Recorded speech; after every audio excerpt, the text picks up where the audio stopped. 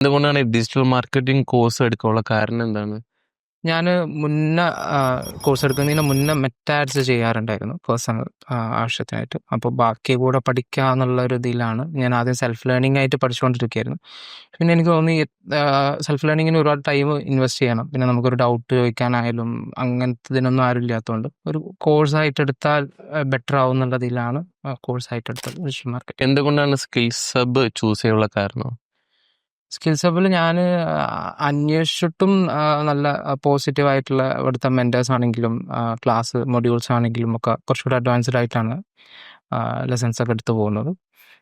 Teachers ആണെങ്കിലും friendly ആയിട്ടുള്ള ഇതിലാണ് ക്ലാസ്സുകളൊക്കെ എടുത്തു പോകുന്നതെന്നൊക്കെ അന്വേഷിച്ചപ്പോൾ കിട്ടി. അപ്പോൾ പിന്നെ സ്കിൽസ് ഹബ് തന്നെ ചൂസ് ചെയ്യുക എന്നുള്ള. എൻ്റെ പേര് അനീസ്, സ്കിൽസ് ഹബിലെ ഡിജിറ്റൽ മാർക്കറ്റ് സ്റ്റുഡൻ്റ് ആണ്. ഹായ്, ഞാൻ സവാദ്, സ്കിൽസ് ഹബിലെ പ്ലേസ്മെന്റ് ഓഫീസറാണ്. സോ അനീസിന്റെ ബാക്ക്ഗ്രൗണ്ട് എന്തായിരുന്നു ശരിക്കും പറഞ്ഞാൽ, എഡ്യൂക്കേഷൻ ബാക്ക്ഗ്രൗണ്ട് ഒക്കെ പറയുകയാണെങ്കിൽ?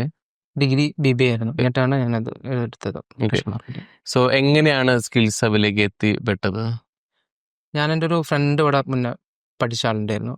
അപ്പോൾ അവനോട് ഞാൻ ചോദിച്ചപ്പോൾ അവന് ഇവിടെയാണ് സ്കിൽസ് ഹബിലാണ് പഠിച്ചതെന്നൊക്കെ പറഞ്ഞ് അങ്ങനെയാണ് സ്കിൽസ് ഹബ് ഇവിടെ കോട്ടക്കൽ സ്കിൽസ് ഹബ് ഉണ്ട് എന്നുള്ളത് അറിയുന്നത്. പിന്നെ എൻ്റെ ഒരു ഉപ്പാൻ്റെ ഒരു റിലേറ്റീവ് ഒരു ഫ്രണ്ട് ഉണ്ടായിരുന്നു ഏജൻസി, ഡിജിറ്റൽ മാർക്കറ്റിംഗ് ഏജൻസിയിലൊക്കെ വർക്ക് ചെയ്യുക. അപ്പോൾ അവരും സജസ്റ്റ് ചെയ്തത് സ്കിൽസ് ഹബ് എന്നുള്ളതായിരുന്നു. അപ്പോൾ പിന്നെ ഞാൻ മൊത്തത്തിലൊരു ഒന്ന് അന്വേഷിച്ചിട്ട് കയറുക എന്നുള്ള ഒരു ഇതിൽ മൊത്തം മലപ്പുറം, എനിക്ക് പിന്നെ പുറത്ത് പോകാൻ പറ്റില്ലായിരുന്നു.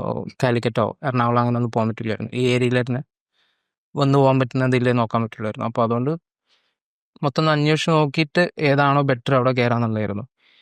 നോക്കിയിട്ട് ഏറ്റവും ബെറ്റർ ആയിട്ട് കിട്ടിയത് സ്കിൽസ് ഹബ് തന്നെയാണ്. ഓക്കെ, സ്കിൽസ് ഹബിന് മുന്നുള്ള അനീസും ഡിജിറ്റൽ മാർക്കറ്റിംഗ് പഠിച്ചതിന് ശേഷമുള്ള അനീസും നമ്മൾ കമ്പയർ ചെയ്യുകയാണെങ്കിൽ എന്താണ് പറയുക? പഠിച്ചതിന് മുന്നേ എനിക്ക് ആകെ മെറ്റാഡ്സിലുള്ള ഒരു 1-2 ഒബ്ജക്റ്റീവ്സ്, എൻഗേജ്മെൻറ്റും അവയർനെസ്സും അങ്ങനത്തെ കുറച്ച് മെറ്റാഡ്സിലുള്ള കാര്യങ്ങൾ മാത്രമേ അറിയായിരുന്നുള്ളൂ.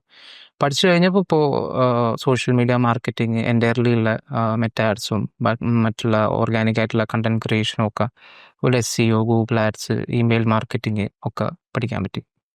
ഇപ്പോൾ ഓൾറെഡി ഇപ്പോൾ അനീസ് പറഞ്ഞു, സോഷ്യൽ മീഡിയ ആണെങ്കിലും മറ്റ് ആഡ്സ് ഒക്കെ ആണെങ്കിലും ഏകദേശം ചെയ്യാൻ പറ്റുമെന്ന് മനസ്സിലായി.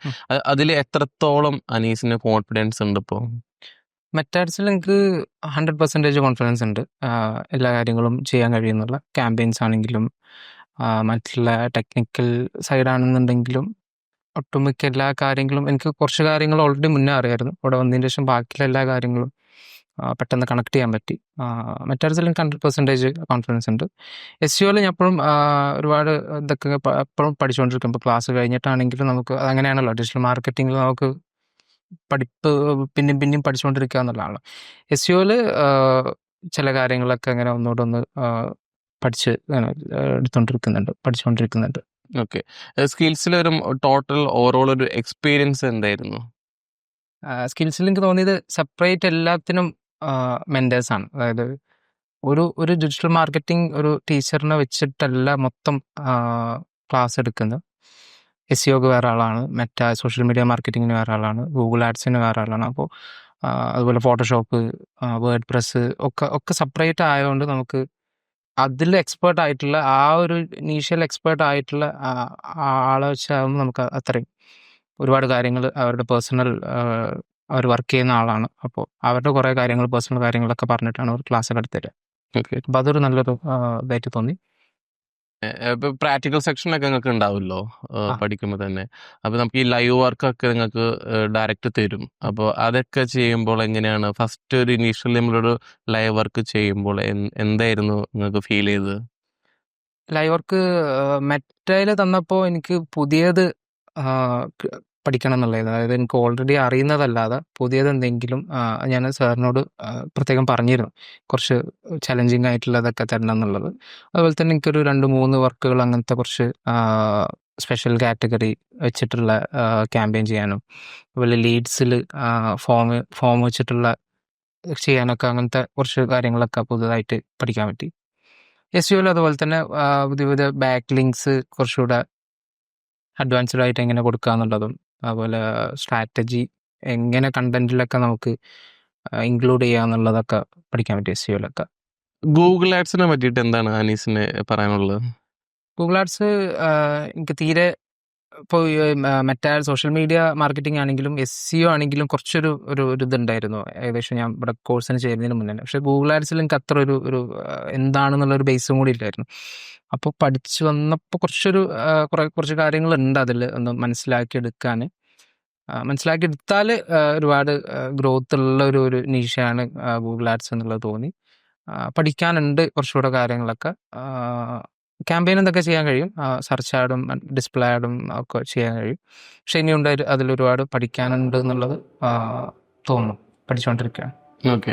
സോ നെക്സ്റ്റ് സ്റ്റെപ്പ് എന്ന് പറയുന്നത് ഒരു ജോബാണല്ലോ. സോ ഇവിടുത്തെ ഒരു ഇന്റർവ്യൂ പ്രിപ്പറേഷൻ, മോക്ക് ഇന്റർവ്യൂസിനൊക്കെ പറ്റി ചോദിക്കുകയാണെങ്കിൽ ഇന്റർവ്യൂസ് ഞാനും ഇതിന് മുന്നേ ഇതുവരെ അറ്റൻഡ് ചെയ്തിട്ടില്ല. ഫസ്റ്റ് ഇവിടെ മോക്ക് ഇന്റർവ്യൂവിനാണ് വരുന്നത്. എങ്ങനെയാണ് ഇന്റർവ്യൂ എങ്ങനെയാണ് അറ്റൻഡ് ചെയ്യേണ്ടത് എന്നുള്ളതും എന്തൊക്കെ കാര്യങ്ങൾ നമ്മൾ ശ്രദ്ധിക്കണം എന്നുള്ളതൊക്കെ മനസ്സിലാക്കാൻ പറ്റി. എന്തൊക്കെയാണ് നമ്മുടെ നെഗറ്റീവ്സ് എന്തൊക്കെയാണ് വരേണ്ടത് എന്നുള്ളതൊക്കെ അവിടുന്ന് പറഞ്ഞു തന്നു, എന്തൊക്കെ കാര്യങ്ങൾ ശ്രദ്ധിക്കണം എന്നുള്ളതൊക്കെ. അത് വെച്ചിട്ടാണ് പിന്നെ രണ്ടാമതൊരു ഇന്റർവ്യൂവിൽ പോയത്. അതിൻ്റെ എല്ലാ ഗുണങ്ങളും ഉണ്ടായിരുന്നു. രണ്ടാമതൊരു ഇന്റർവ്യൂ, ഈ മോക്ക് ഇന്റർവ്യൂ കഴിഞ്ഞ് പിന്നെ ഒരു ഇന്റർവ്യൂവിൽ പോയപ്പോൾ അതിൻ്റെതായിട്ടുള്ള എല്ലാ ഗുണങ്ങളും ഉണ്ടായിരുന്നു. ഓക്കെ. കറന്റ്ലി ഇപ്പൊ എന്താണ് അനീസ് ചെയ്യണേ?